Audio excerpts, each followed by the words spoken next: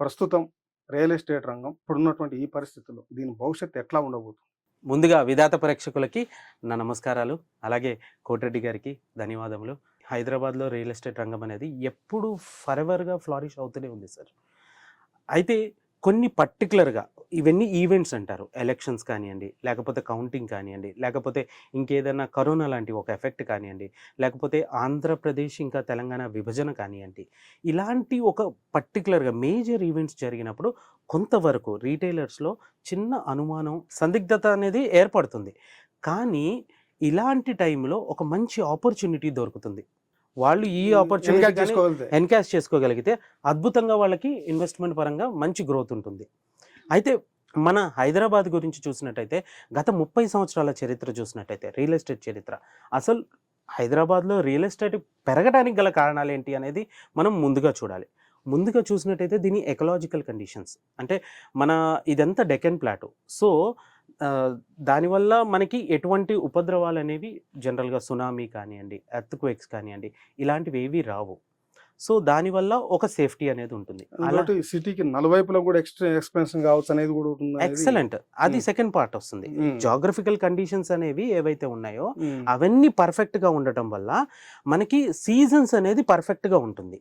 ఎండాకాలం ఎండాకాలం లాగానే ఉంటుంది, వర్షాకాలం వర్షాకాలం లాగా, చలికాలం చలికాలం లాగా ఉంటుంది. ఈ సీజన్స్ పర్ఫెక్ట్గా ఉండటం వల్ల ప్రతి ఒక్కళ్ళు హైదరాబాద్ క్లైమేట్ని నివాసయోగ్యంగా ఇష్టపడతారు, దేశవ్యాప్తంగా. సో అందుకనే మనకి హైదరాబాద్లో చూసినట్టయితే అన్ని రకాల వాళ్ళు ఇక్కడికి వచ్చి ఉండటానికి ఇష్టపడుతుంటారు.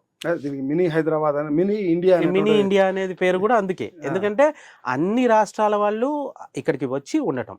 రెండోది, ఇక్కడ అంటే అంతకుముందు ప్రీవియస్గా మనం హైటెక్ సిటీ వచ్చినప్పటి నుంచి చూసినట్టయితే హైదరాబాద్ రోజు రోజుకి మెట్టు ఒక్కొక్క మెట్టు ఎదుగుతూ బాగా డెవలప్ అయింది.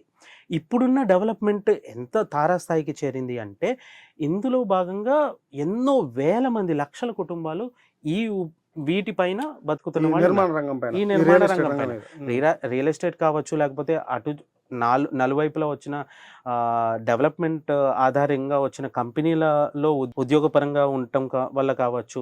సో దానివల్ల ఏమైందంటే ఓవరాల్గా మనకి ఈ రియల్ ఎస్టేట్ రంగం అనేది పెరుగుతూనే ఉంది. ముఖ్యంగా చూసుకున్నట్టయితే మనకి 4 దిక్కుల, ఈస్ట్, వెస్ట్, సౌత్, నార్త్, ఈ 4 దిక్కుల్లో కూడా మొత్తం ఒక గ్రోత్ కారిడార్స్ అనేది ఎక్సలెంట్గా అభివృద్ధి చేస్తుంది. ఇప్పుడు మన ఔటర్ రింగ్ రోడ్డు కానీ, రేపు ప్రతిపాదిత రీజనల్ రింగ్ రోడ్డు కానీ, ఇవి ఏ మేరకు ఎట్లా దోహదం చేస్తూ ఉన్నాయి? సో ఇది వరకు ఇందాక నేను మీకు చెప్తున్నట్టు 30 సంవత్సరాల క్రితం చూసినట్టయితే మనకి Hyderabad growth, point of growth అంటారు సార్ పర్టికులర్గా. అంటే పాయింట్ ఆఫ్ గ్రోత్ వచ్చేటప్పటికి జనరల్గా ఒక ట్రాన్స్పోర్ట్ అనేది ఒక పాయింట్ ఆఫ్ గ్రోత్ అవుతుంది. అంటే ఒక 30 సంవత్సరాల క్రితం మనం ఎక్కువగా యూజ్ చేస్తున్న మీన్స్ ఆఫ్ ట్రాన్స్పోర్ట్ ఏదైతే ఉందో అది railway stations, bus stations, railways, buses. So దానివల్ల ఏమైంది, అప్పట్లో ఉన్న సికింద్రాబాద్ రైల్వే స్టేషన్ కావచ్చు, లేదా నాంపల్లి రైల్వే స్టేషన్స్ కావచ్చు, వీటిని పాయింట్ ఆఫ్ గ్రోత్గా తీసుకొని డెవలప్మెంట్ అనేది జరిగేది. అందుకే అప్పట్లో లకడీ కపూల్ కానివ్వండి, మెహదీపట్నం కానివ్వండి, లేకపోతే ఇటు సికింద్రాబాద్ సైడ్ చూస్తే బేగంపేట కావచ్చు, మారేడుపల్లి కావచ్చు, బోయిగూడ, ఇవన్నీ బాగా డెవలప్ అయ్యాయి. కానీ ఇప్పుడు ఏమైంది, పాయింట్ ఆఫ్ గ్రోత్ ఏదైతే ఉందో షిఫ్ట్ అయింది. అంటే ఇది వరకు ఉన్న రైల్వే స్టేషన్స్, బస్ స్టేషన్స్ కాస్త ఇప్పుడు ఎయిర్పోర్ట్ పాయింట్ ఆఫ్ గ్రోత్ కింద మారింది.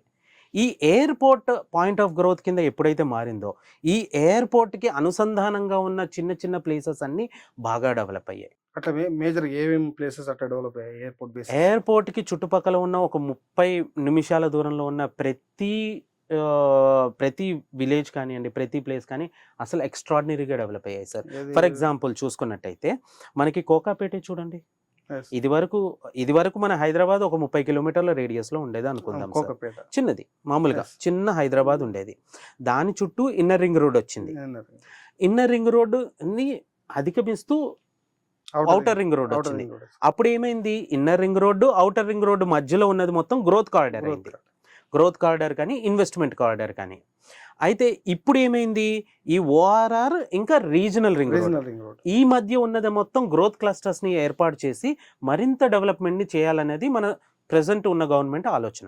సో దీనివల్ల ఏమవుతుంది, మినీ శాటిలైట్ టౌన్‌షిప్స్ రావటం కానియండి, లేకపోతే ఇండస్ట్రీస్‌ని బయటికి తీసుకెళ్ళటం కానియండి, హైదరాబాద్‌ని మరింత అభివృద్ధి చేయటం కానియండి. ఈ 3 ప్రక్రియలు ఒక్కసారిగా జరగటం వల్ల గ్రోత్ అనేది నలువైపులా బాగా వ్యాప్తి చెందింది.